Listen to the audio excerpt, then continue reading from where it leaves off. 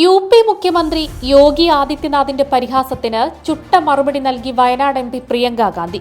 ഉത്തർപ്രദേശ് യുവാക്കളെ ഇസ്രായേലിലേക്ക് ജോലിക്ക് അയക്കുമ്പോൾ കോൺഗ്രസ് ബാഗുമായി നടക്കുകയാണെന്നായിരുന്നു യോഗിയുടെ പരിഹാസം. ഈ പരിഹാസത്തിനാണിപ്പോൾ പ്രിയങ്ക മറുപടി നൽകിയിരിക്കുന്നത്. യുവാക്കളെ തൊഴിലിനായി യുദ്ധഭൂമിയിലേക്ക് വലിച്ചെറിയുന്നതിൽ നാണമില്ലേ എന്നാണ് യോഗിയോടുള്ള പ്രിയങ്കയുടെ ചോദ്യം. ഇത് നേട്ടമല്ല കോട്ടമാണെന്നും പ്രിയങ്ക കൂട്ടിച്ചേർത്തു. ഫലസ്തീൻ ഐക്യദാർഢ്യത്തിന്റെ ആഗോള അടയാളമായ തണ്ണിമത്തൻ ആലേഖനം ചെയ്ത ഫലസ്തീൻ എന്ന് ഇംഗ്ലീഷിൽ എഴുതിയ ബാഗുമായി പ്രിയങ്ക കഴിഞ്ഞ ദിവസം പാർലമെന്റിലെത്തിയിരുന്നു.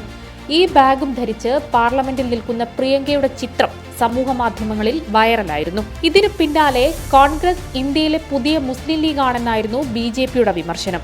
എന്നാൽ എന്ത് ധരിക്കണമെന്നുള്ളത് തന്റെ അവകാശമാണെന്നും ബി.ജെ.പിയിലെ പുരുഷാധിപത്യമാണ് അവരുടെ പ്രസ്താവനയ്ക്ക് പിന്നിലെന്നും പ്രിയങ്ക തിരിച്ചടിച്ചു.